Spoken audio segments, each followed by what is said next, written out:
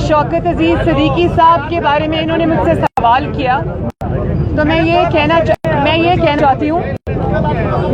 चाहती हूँ कि जस्टिस शौकत अजीज सदीकी को सच बोलने की सज़ा ना दी जाए, क्योंकि आज अगर कटहरे में जस्टिस शौकत अजीज सदीकी खड़े हैं तो कल कोई भी जज जो इंसाफ करना चाहता है, कानून के रास्ते पर चलना चाहता है और इंडिपेंडेंटली फैसले करने चाहते हैं, वो सब जज कल कटहरे में खड़े होंगे।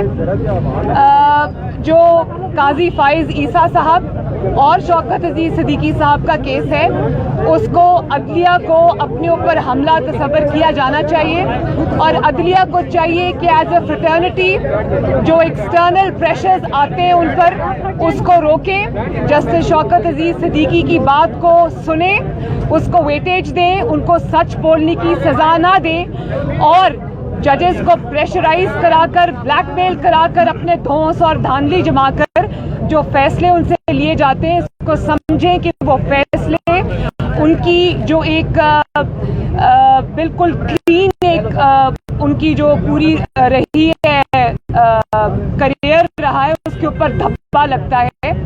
और अगर आज जो जजेस हजरात सुप्रीम जुडिशल काउंसिल जो शौकत अजीज सदीकी साहब का केस सुनी है, उसको चाहिए कि वो इस केस को अपना केस समझे, जुडिशरी का केस समझे और हमेशा के लिए जुडिशरी के ऊपर जो धौंस और धांधली और प्रेशर से फैसले लिए जाते हैं उसको ख़त्म कर, वरना शौकत अजीज सदीकी की जगह कल कोई और जज साहब खड़े होंगे और सरीना ईसा की जगह किसी और जज साहब की बेटी या वाइफ या बहन खड़ी होंगी। तो इस चीज़ को इस वक्त रोकना बहुत ज़रूरी है। अच्छा मैडम, ये बताइएगा कि बजट पर एक मिनट जी देखें, ये बहुत सीरियस मामला है और मैं ये समझती हूँ कि जितनी ये इंटरनेशनल और नेशनल प्रेस की तरफ से, मीडिया की तरफ से जो भी खबरें सामने आई हैं, इसको गवर्नमेंट ऑफ पाकिस्तान ने डिनाई नहीं किया, जिसका मतलब ये है कि ये बात शायद सच है। जो भी आपने डील की है, चाहे वो आपने अपनी गिरती हुई हुकूमत को बचाने के लिए की है या आपने किसी के आगे सरेंडर किया है, मुल्क की सॉवरेनिटी पे जिस तरह आपने कश्मीर इंडिया के हवाले कर दिया था, अगर आप इस तरह की कोई कमज़ोरी दिखाकर आए हैं तो पार्लियामेंट के ज़रिए कौम को बताएं कि आपने क्या ब्लंडर किया है। और मैं ये समझती हूँ कि बिल्कुल इस चीज़ को नहीं होना चाहिए। पाकिस्तान एक सॉवरेन मुल्क है, एक इंडिपेंडेंट मुल्क है, अपने वो पहले ही हमें बहुत इस तरह के मसाइल का सामना है, तो ये चीज़ें जो हैं वो कौम के सामने आनी चाहिए कि आप अपने आप को बचाने के लिए या अपनी डूबती कश्ती को बचाने के लिए आप क्या सौदा करके आए, ये पाकिस्तान के अवाम का जानना उनका हक है। मैडम ये बताइएगा कि बजट पेश होने वाला है, अगर मुस्लिम लीग नून चाहे, चूँकि तहरीक इंसाफ के अंदर भी काफ़ी ज़्यादा लोग उनके अपने भी नाराज़ हैं, जहांगीर तरीन ग्रुप भी है, जो इत्तेहादी हैं वो भी हुकूमत से नाराज़ हैं, तो बजट को पास होने से रोका जा सकता है। क्या मुस्लिम लीग नून कोई ऐसी हिकमत अमली अपनाने जा रही है हुकूमत को घर भेजने के लिए? अभी PMLN जो है वो मशावरत कर रही है और बजट के रिलेटेड क्या स्ट्रैटेजी होगी वो हमारे जो प्रेसिडेंट हैं शहबाज शरीफ साहब वो इंशाल्लाह कौम के सामने उसको जल्द लेके आएंगे। आपने अभी देखा कि प्री बजट सेमिनार हुआ जिसमें PMLN पूरी तैयारी के साथ इनको एक्सपोज किया और जो ये ब्लंडर्स कर रहे हैं और ये जो झूठ बोल रहे हैं और जो फिगर्स को फज कर रहे हैं वो सारा कुछ PMLN सामने लेके आई है। तो PMLN बिल्कुल महंगाई से और मिस गवर्नेंस से जो पिसे हुए आवाम है उनकी आवाज़ बनेगी और एक सेकंड भी, एक कदम भी पीछे इसमें नहीं हटेगी। हुकूमत से स्ट्रैटेजी बजट रिलेटेड क्या होगी वो अब पार्टी हुकूमत से जो नाराज लोग हैं उनसे भी रब्ता करेंगे। हाँ जी, PDM में एक तजवीज़ थी इस्तीफे देने की, क्या वो तजवीज़ अभी भी ज़ेर-गौर है? इस्तीफ़ों का फ़ायदा सिर्फ तब होता जब तमाम जमातें जो उस वक्त PDM में शामिल थीं वो इस्तीफ़ा दे देती, वरना अगर आप डिवाइड हो के इस्तीफे देते, 8 जमातें दे देती, 2 ना देती, 5 दे देती, 5 ना देती, तो उसका फ़ायदा के बजाय नुकसान होता। अब भी जो अपोजिशन की लड़ाई है पार्लियामेंट के अंदर हो या बाहर जो बयानबाजी है, हुकूमत को तो इससे फ़ायदा हो रहा है। हुकूमत के मुखालिफ जो तहरीक थी अपोजिशन की, हुकूमत को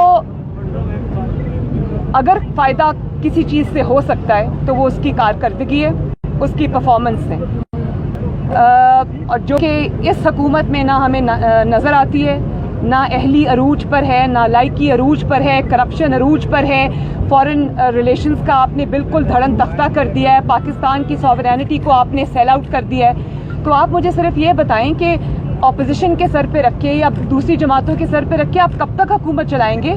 आपको इसमें आवाम को अगर आपने कारकर्दगी नहीं दिखाई तो उसकी प्राइस आपको पे करना पड़ेगी।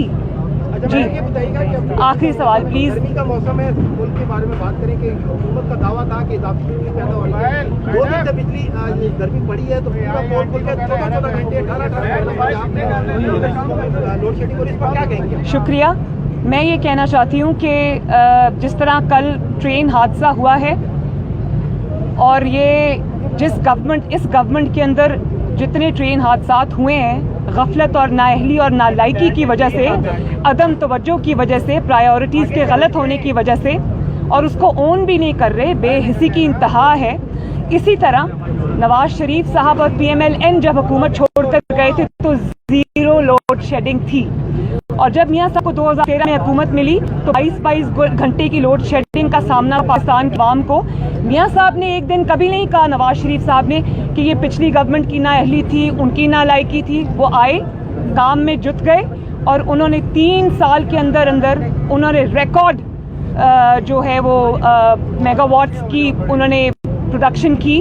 उन्होंने कारखाने लगाए जो कि मेरा ख्याल है शायद अगर रूटीन में होते तो 5 साल, 7 साल, 8 साल का कोई प्रोजेक्ट होता। उन्होंने 2-2.5 साल में उसको ख़त्म किया और 0 पे लेकर आए लोड शेडिंग को। इस हुकूमत को लोड शेडिंग 0 पर मिली थी, लेकिन आप नालायकी, नाअहली और करप्शन का और बेहिसी का अंदाज़ा कर लें। मतलब इसके लिए इतनी बड़ी नालायकी चाहिए कि जिसकी तारीख में कभी मिसाल नहीं मिलती, कि 0 लोड शेडिंग आपको मिली और आपने आज उसको अपनी नालायकी और नाअहली से इस 50 डिग्रीज में आपने उसको 22 घंटे की लोड शेडिंग पर पहुंचा दिया। तो इसको हम क्या समझें?